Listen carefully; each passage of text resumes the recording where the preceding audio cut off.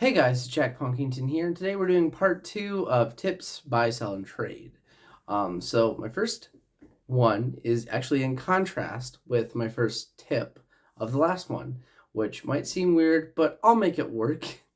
It'll make sense after I talk about it. So my first tip of the last video was to trust your gut, and I still stand by that. It's saved me a bunch of trouble. My first tip on this one is take a chance. Now, what I mean by that and how that can still work together is when you see a deal and you're like, man, you know, I see this guitar or this amp or whatever, and it's $700, and you're like, I want to offer them 500 or like 480, but I don't think, like, is that like rude? Should I offer that? Sometimes people just want to get rid of stuff. I have came into equipment that was marked much higher and gotten really good deals. You just gotta ask. It's really weird, but honestly, that's all you need to do sometimes. A while ago, this is the first PV Classic 30 I had, I think. I have the video on my channel. The first or second. It was red. It was Retolix red, and it had a Jensen speaker in it, which I wasn't really a fan of. I ended up swapping the speakers, and I got it for like $180, and they had it marked for 400. And I was just like, why not? Let's take a chance. You take $180? They were not super far. They were half an hour drive, and they're like, yeah. And I was like, okay. And I was like, let's do this again. Will you meet me in this town? Because it was a 10 to 15 minute drive. And they're like, yeah, I can do it tomorrow. I'm like, okay. Instead of me driving all the way to them, which honestly, if they would have asked, I would have had no problem doing it. And I would have done it. I would have been like, no problem. Let's get out there. But they were like, yeah, I can meet you there. And I got it. And it was a great amp. I've gotten guitars that way. Sometimes it's worth to take the chance. Now, if something still feels weird, if you're like, man, I wanna offer that, but there's something weird about this listing, or there's not the right pictures, or does that look right, or does that sound right? Then I'll be like, I'm backing up. I don't want this. I don't want this. So it can still take a chance, but still trust your gut. The next one is huge for me. Stay in contact with people that you buy equipment from. I have bought, I have built a foundational friendship with people that I met 10 years ago. A very, very good friend of mine now, his name is Jeremy. He runs a shop in my town called Freak Guitars and Amps. I think that's what it is off the top of my head. He's working on something very, very big and important for me. And we worked out a deal that was very beneficial for both of us. And he's been an amazing person on this to help. And it all started when I met him 11 years ago now. I traded him a Les Paul copy that was a gold top. It was an agile copy with, I didn't know this at the time, but it was a P90 Seymour Duncan Fat Cat in the neck. I wish I would have kept that pickup. Those are cool pickups. For a crate half stack, which, if I'm all honest, he probably got the better end of the deal, but I didn't know any better at the time. That was very early in me learning how to do this. And, but because of that, I mean, we've consistently done deals back and forth. Honestly, he's one of the first people I reach out to when I have a piece of gear that isn't jiving with me. He's actually kind of getting out of the buying and selling trading business, because he's focusing more on his repair business and like his building business for his guitars. He's also a really good amp tech. But he's been very helpful. But I've met other friends. I've got a buddy that we actually have a mutual friend that we've done deals with. Also, literally there's 3 or 4 of us that are in like a friend group that I all met about 10 years ago, and we've all, like, one piece of gear that we had was a Gibson Sonics that literally went to all four of us. Like, one person I bought it on Reverb, and then I traded it to Jeff.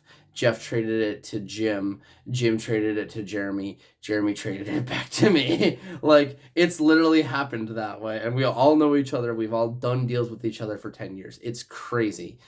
And it's really helpful when you're trying to get rid of gear that, you know, you want to get rid of fast. And like, sometimes you are the person that needs the money. If you have friends that will do trades with you, they'll give you a better deal that, you know, you still might take a little loss on, but you have a chance to get that back now a lot better than if it was a stranger, or if you were trying to go through Guitar Center. You have a lot better of a chance to get it back from them when you get the money. So build a friendship with people that you deal deals with. That was a little bit of a long one, but it's a very important one. My computer just, okay, there. My monitor like flicked out for a second. So I check Guitar Center and I check Reverb and Craigslist. I'd say consistently 3 to 4 times a week. Even when I'm not in a situation where I can buy or sell or trade anything, I will check it just to be like, oh, that's a good deal.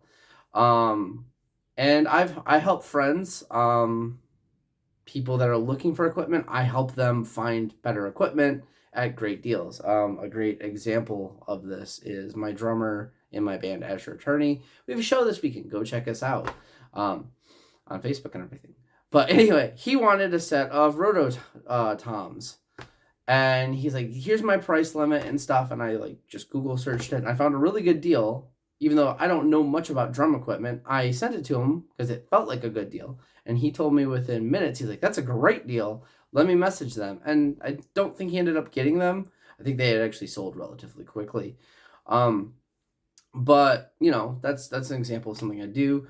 Josh, the other guitar player in my band, I just found him a Marshall GCM cabinet, 412. I think it's the 1961, for like $300.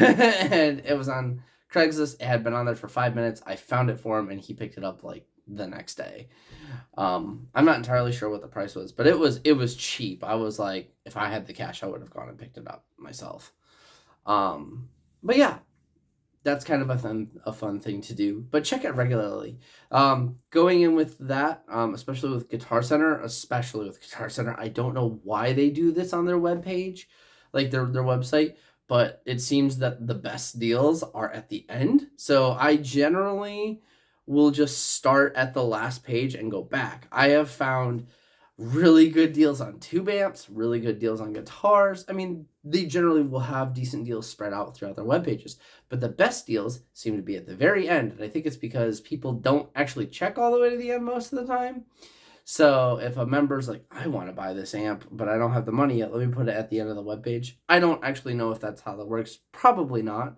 But I have found, what was it? I found a lot of PV Windsors back there for like $200. Valve Kings 150, kind of a thing. I found an EVH 6L6 head 50 watt for $300 once because of that. I mean, you can actually go back and watch that on my channel. It's there. I reviewed it and recorded the unboxing, I believe. And that's very helpful when you're trying to find gear. I'm actually currently trying to find a tube amp right now, as a backup or a combo, and so I'm kind of trying to do that. I finally have a buyer for my Orange Crush that's back here, and my actual gigging 212. I've switched to a 412, and I'll do a video on that later. But yeah, so you know, I'm keeping an eye out for myself now. Next, this is weird. Don't be afraid of really dirty stuff. I've gotten some equipment that's really dirty. I mean, I'm talking like crusted dirt, rusted strings, but really good prices. There's a guy on TikTok who actually does a lot of cool restorative stuff.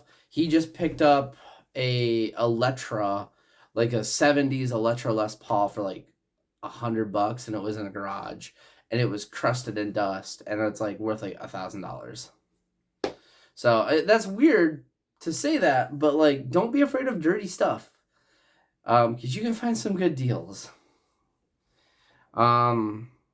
Oh, this is a huge one. This thing, it's actually falling apart, so I'll probably have to buy a new one here soon.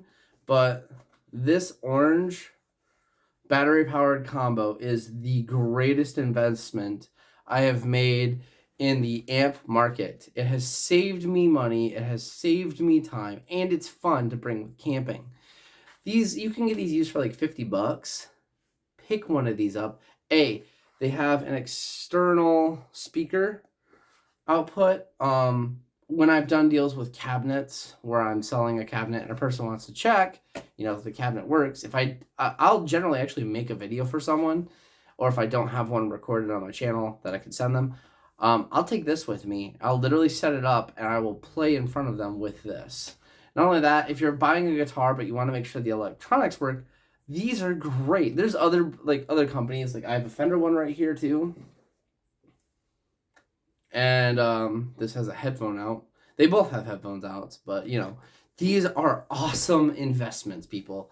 I know it's weird because they're really chintzy, they're really cheap. This one sounds the best out of all of them, in my opinion. This one's okay. But trust me, you're prepared to test a guitar no matter where, in any circumstances. B, you can test a cabinet, and it's just really handy to have one of these. And they're fun when you're going camping. Because I'm not afraid of this. Like I said, it's finally falling apart. I got it like 2 years ago. I'm not afraid of it like falling apart because I can pick up another one really cheap, and I bet it'll still work. When you're buying online, and this is really just a Reverb kind of exclusive thing, maybe eBay. I don't really shop on eBay that much because I prefer Reverb. The security on Reverb is so nice when getting in contact with people. They're really great. Hashtag not sponsored. Hashtag would love to be. Anyway, don't be afraid to ask for free shipping when you're doing a deal. If you think, oh, this is actually a pretty good deal on this piece of equipment, but man, the shipping's kind of high, you can ask for free shipping. Like, hey, I'll pay your full price today right now because you ship it for free. And sometimes, a lot of times, they will just have shipping as a general price, and they'll be like, you know what, let me see how much it would actually cost for me to ship it to your area. Now, I'm not saying don't try this on like a 412, because you're not going to get that on a 412 or most cabinets, because they're huge, they're heavy, and they're expensive to ship. But on, and a lot of tube amps too, but like on a guitar or like a smaller amp or something, you could probably do that. And even if it's like a lot of money you're spending, you still might be able to get like free shipping on something heavier, or at least reduce shipping. With that one, bass players and guitar players, ask for free strings. Ask for a set of strings. I will always ask, hey, could you, throw me a free set of strings? A lot of times they'll do it. Just because if that's what it's going to take for me to really get you to do this deal, I mean, bass strings are I think $20-$25. Guitar strings are $5. But what's $5 to $20 here or there? I know that's saying a lot, but especially if you already have them, I've got a set of strings right here, and if someone's like, hey, could you throw me in a set of strings? I'm like, yep, here you go. Because we all need them. And it's I don't know, it's just a nice little complimentary thing. I've had times where people just give me strings too. That's nice. But yeah, don't be afraid to ask for a free set of strings. And we're kind of running here on time, so I'm going to do one more, because it kind of ties in. If it's a guitar, drummers, don't be afraid to ask for free drumsticks. But I wanted to make the caveat. If it's a guitar or a bass and they don't have a gig bag or a case, ask for one. Sometimes they'll throw you a gig bag. They'll throw you a bone. They'll throw you, they're not going to give you a free case, but they'll give you a free gig bag. Gig bags used are like $20-$30. A case you can generally get 50 to 100 depending on the type of case. If it's a really nice case, or like really vintage or something, that's a different story. But gig bags, I mean, they're a dime a dozen. If I've got one and someone asks, I will throw them a gig bag. I have a couple cases that fit generally all of the guitars I have, so I don't mind giving a gig bag. So yeah, ask for a free gig bag. Sometimes they'll do it. Sometimes they might ask for like an extra $20. I'd be like, could you do it for 10? But it's worth it. So I hope you guys enjoyed this video. I'm going to do a little tag here at the end. So I know I said I would do my studio tour or like my updated 2023 gear thing. The reason why I'm not is because I'm in the middle of doing a deal that's kind of important right now that I need to do. So it's kind of gotten delayed, and I've kind of had to sell a couple other things too. And there's something that's kind of important I'm waiting for to be done, which should be done in the next couple weeks. So I don't know. I want to get it done, but we'll see. The other big thing, please, I would love it if you guys go over. I have it connected to this channel. Go check out my band's channel. Check out my band's Facebook, our Instagram, all that stuff. We are booked almost every weekend this month. We are doing a show somewhere in Michigan. Please come check us out. We'd love the love and the appreciative. We've got new merch coming, and it would mean a lot to us.